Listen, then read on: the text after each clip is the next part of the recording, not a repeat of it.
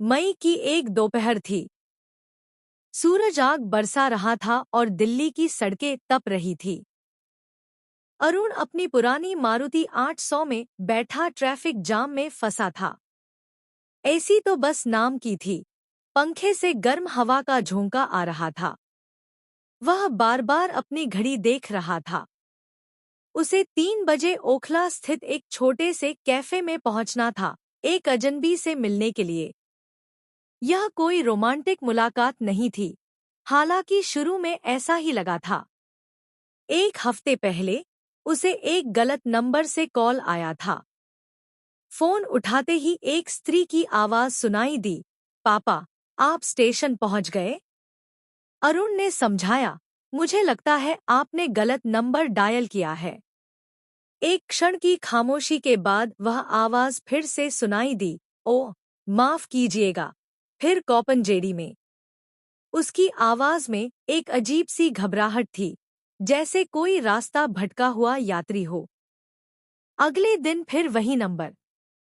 इस बार आवाज और भी उदास थी, सचिन सर? नहीं, मैं अरुण हूं। आप बार बार गलत नंबर डायल कर रही हैं, अरुण ने थोड़ी झल्लाहट के साथ कहा। मुझे पता है, आवाज ने कहा, मैं जानबूझकर डायल कर रही हूं। अरुण हैरान रह गया। क्यों? कल जब मैंने गलती से आपको फोन किया था, आपकी आवाज में मेरे पिता जैसी एक सुरक्षा थी। वे 2 साल पहले चले गए। आज उनकी बरसी है और मैं बस किसी से बात करना चाहती थी। अरुण के पास जवाब नहीं था। 30 साल की उम्र, एक सॉफ्टवेयर इंजीनियर, अकेलेपन से जूझता हुआ, उसके लिए यह स्थिति अजीब थी। फिर भी उसने पूछा, आपका नाम क्या है? मैं आस्था हूं। उस दिन वे 20 मिनट बात करते रहे। बस इतना ही। अगले दिन आस्था ने फिर फोन किया, और फिर अगले। धीरे धीरे यह एक दैनिक रिवाज बन गया। वे जीवन, सपनों, निराशाओं, किताबों और संगीत के बारे में बात करते। अरुण ने जाना कि आस्था एक चित्रकार है, 33 साल की, अपनी मां के साथ रहती है। उसके पिता की अचानक दिल का दौरा पड़ने से मृत्यु हो गई थी। एक हफ्ते बाद आस्था ने पूछा, क्या हम मिल सकते हैं? आमने सामने? अरुण हिचकिचाया। इंटरनेट की दुनिया में वास्तविक मुलाकातें अक्सर निराश करती थी। फिर भी उसने हाँ कह दी। शायद इसलिए क्योंकि आस्था की आवाज में एक ऐसा खालीपन था जो उसके अपने अकेलेपन से मेल खाता था। कैफे द कॉफी नॉक नाम का एक छोटा सा कोना था, जिसकी दीवारों पर स्थानीय कलाकारों के चित्र लगे थे। अरुण देर से पहुंचा। उसने कैफे के अंदर देखा।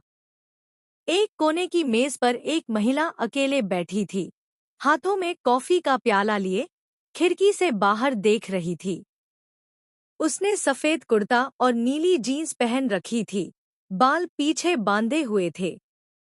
अरुण अंदर गया और उसकी मेज तक पहुंचा। आस्था? उसने मुड़कर देखा।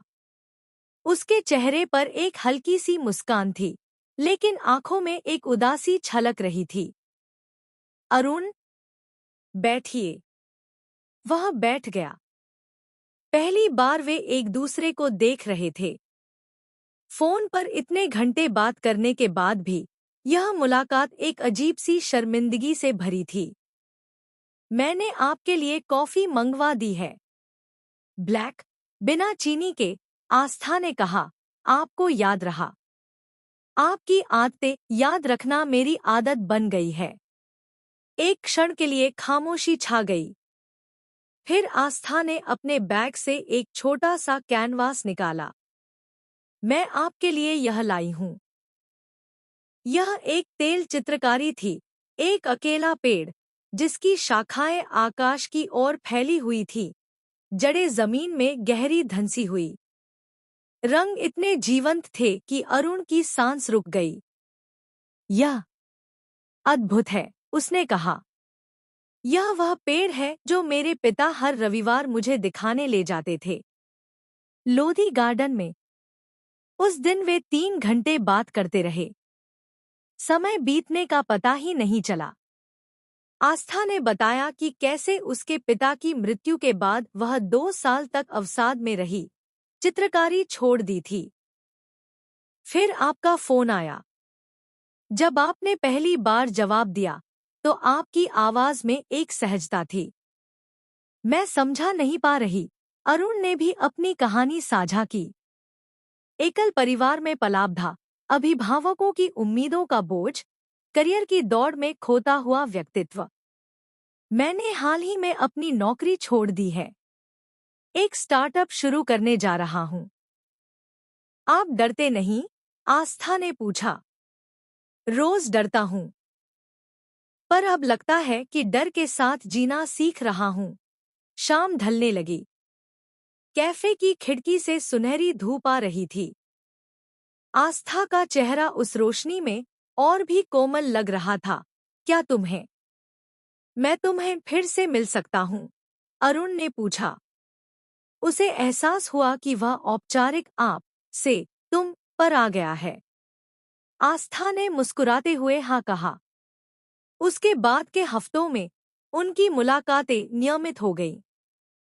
वे अलग अलग जगहों पर मिलते, कभी लोधी गार्डन में, कभी हुमायूं के मकबरे पर, कभी दिल्ली की गलियों में खोए हुए कैफे में।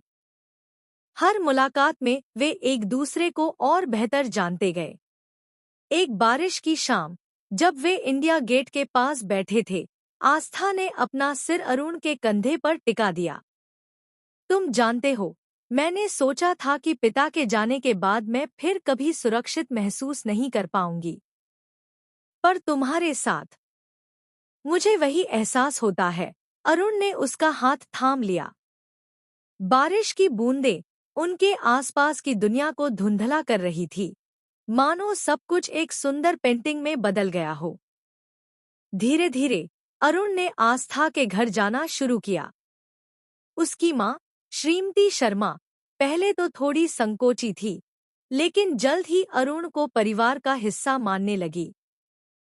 वे उसे आस्था के पिता की तस्वीरें दिखाती, कहानियां सुनाती। एक दिन आस्था ने अरुण को अपना स्टूडियो दिखाया, एक छोटा सा कमरा जो रंगों, कैनवस और विचारों से भरा था।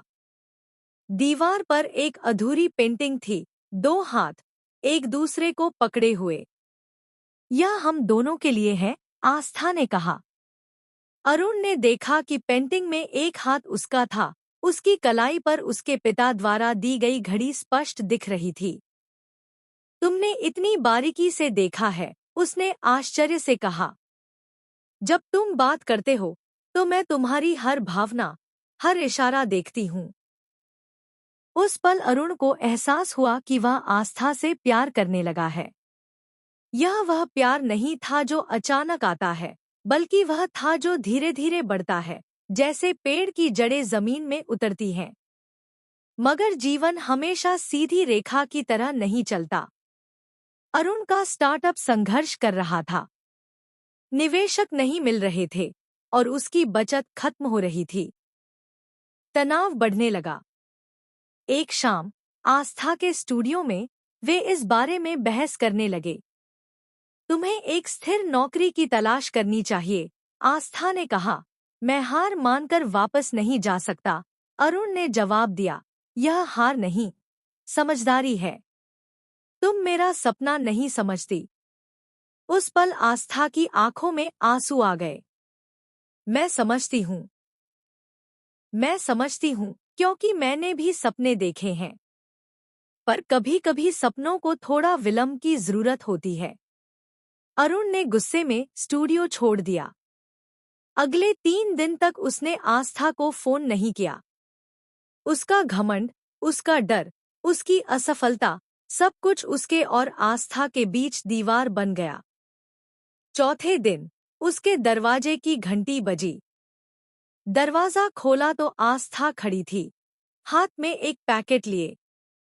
मैं माफी मांगने नहीं आई, उसने कहा, मैं समझौता करने आई। अरुण ने उसे अंदर आने दिया। आस्था ने पैकेट खोला। इसमें सैंडविच और केक के साथ साथ एक छोटा सा कैनवास था। यह लो, उसने कैनवास दिया। यह एक नई पेंटिंग थी। इसमें एक नाव थी जो तूफानी समुद्र में संघर्ष कर रही थी, लेकिन दूर क्षितिज पर सूरज उगता दिख रहा था। नाव के पाल पर अरुण लिखा था। मैं तुम्हारे सपने को नहीं, बल्कि तुम्हारे संघर्ष को समझती हूँ, और मैं हमेशा तुम्हारे साथ रहूंगी, चाहे तूफान आए या शांति, आस्था ने कहा। अरुण की आंखें भर आईं। उसने आस्था को गले लगा लिया। माफ कर दो। मैं डर गया था। हम सब डरते हैं, पर साथ में हम उस डर को हरा सकते हैं। उस दिन के बाद उनका रिश्ता और गहरा हो गया। अरुण ने अपने स्टार्टअप के लिए एक नई रणनीति बनाई, छोटे से शुरू करने का फैसला किया। आस्था ने अपनी पेंटिंग्स की एक प्रदर्शनी लगाने की योजना बनाई। 6 महीने बाद अरुण का स्टार्टअप पहला मुनाफा कमाने लगा। आस्था की पहली एकल प्रदर्शनी सफल रही। उस प्रदर्शनी में सबसे प्रमुख पेंटिंग पहली मुलाकात थी। एक कैफे में बैठे दो लोग, जिनके बीच न केवल मेज थी, बल्कि एक अदृश्य सेतु भी, जो दो अकेले दिलों को जोड़ रहा था। आज 1 साल बाद अरुण और आस्था उसी कैफे द कॉफी नॉक में बैठे हैं। बाहर बारिश हो रही है। कभी सोचा था कि एक गलत फोन कॉल हमारी जिंदगी बदल देगी? आस्था ने पूछा, हाथ में चाय का प्याला लिए। मैं तो यह सोचता हूँ कि शायद वह गलत फोन कॉल नहीं था, अरुण ने मुस्कुराते हुए कहा। शायद भाग्य ने सही नंबर डायल किया था, बस थोड़ा देर से। आस्था ने उसके हाथ में अपना हाथ दिया। पिता कहते थे, कभी कभी जीवन की सबसे सुंदर कहानियां अप्रत्याशित अध्यायों से शुरू होती हैं, और सबसे सुंदर अध्याय तब लिखे जाते हैं जब दो अकेले दिल एक दूसरे को ढूंढ लेते हैं, अरुण ने कहा। बारिश की बूंदें खिड़की पर टपक रही थी, मानो प्रकृति उनकी कहानी पर आंसू बहा रही हो, हैरानी के, खुशी के, और एक ऐसे प्यार के आंसू जो अप्रत्याशित रूप से आया, लेकिन जिसकी जड़ें अब इतनी गहरी थी कि कोई तूफान उन्हें हिला नहीं सकता था।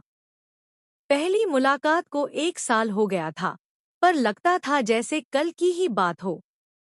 कभी कभी जीवन में सबसे गहरे रिश्ते वे होते हैं जो संयोग से शुरू होते हैं, लेकिन समर्पण से विकसित होते हैं। अरुण और आस्था के लिए यह सिर्फ एक मुलाकात नहीं, यह दो आत्माओं का मिलन था जो लंबे समय से एक दूसरे को तलाश रही थी। और जब वे कैफे से निकले, हाथों में हाथ डाले, बारिश के बीच चलने लगे, तो लगा जैसे पूरी दुनिया उनके लिए एक सुंदर कैनवस बन गई है, हर रंग उज्ज्वल, हर रेखा सार्थक, और हर पल एक कृति।